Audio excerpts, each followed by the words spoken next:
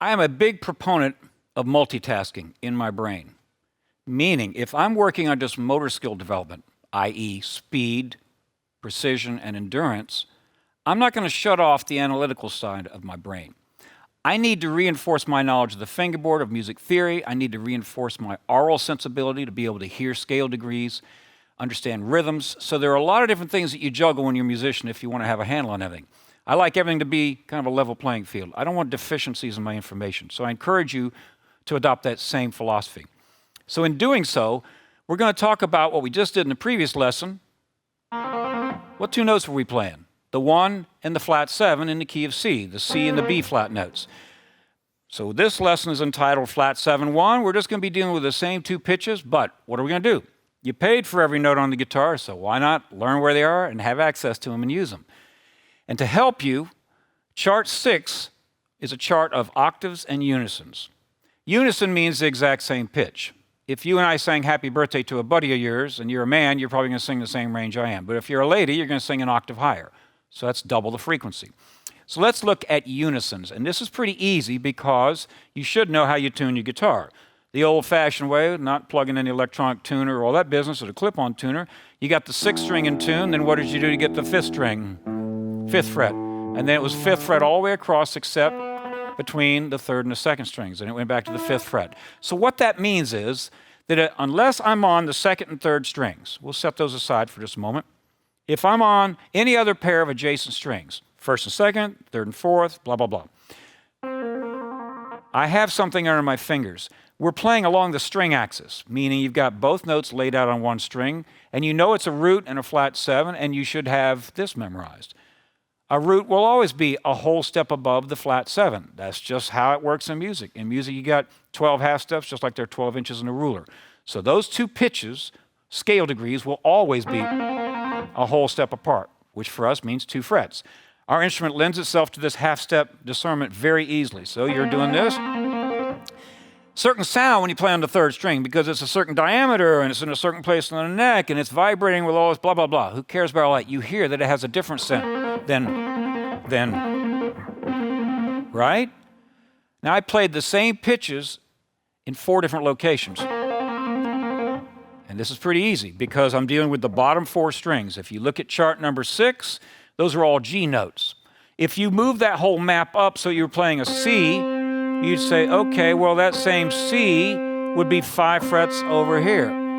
So all I need is the first note of my riff. That's my target note. That's how I initiate the riff. That's how I'm going to locate it. I know that I'm going to put my 3rd finger on that, and I'm going to do my drills. And I'm going to play against the jam tracks until I get sick of just a root and a flat 7.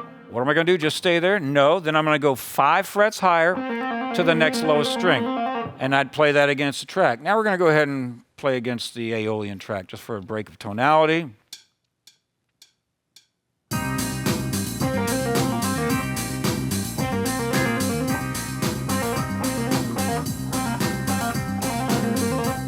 All my different rhythmic figures. Now I'm going to add 5 more frets. Now it gets kind of woolly sounding. I could do a Legato Slide. Haven't talked about those yet. Then I can play that same thing over here, right? Those are all the same pitch. So they're called unisons. Make sure that you look at chart number 6 and you see the unisons of those Gs. You can see it's a long diagonal line going this way. And it'll always be that way for that particular octave and any other octave. And you can also look at chart number 7. You'll see the letter names because you were playing a C and a B flat. You can also look at diagram 1, which is what we're going to be using for the next few lessons, where you see C minor pentatonic over the entire neck. If I look at that, I say, okay, I see a 1 and a flat 7 right there. Oh, I see the same thing there. Do you see where I'm heading with this? Before you move to the next lesson, which is going to be some other scale degrees, make sure you can see the root and the flat 7 and the key of C all over your neck in all the different places. So we used unisons to access that. What if we went with octaves? You look at any of those 3 diagrams, you got a 1 right there, it's a C. I know that an octave lower will always be there, so hear how it now sounds like a bari sax. This sounds like a tenor, this sounds like a bari sax, right? So, now this one can be duplicated in 2 different places because I'm out of strings. Let's go up an octave. Now I can duplicate that But it's going to change when I go to the second and third strings. It'll only be a 4-fret differential. So you're going to practice everything from the previous lesson, all your different rhythms, with this root and flat 7 all over the whole neck. And one more little bonus thing. You saw me use a legato slide. That's how you get real liquid. So if I'm playing over this track, 1 and 2, and there are my 8th notes, right?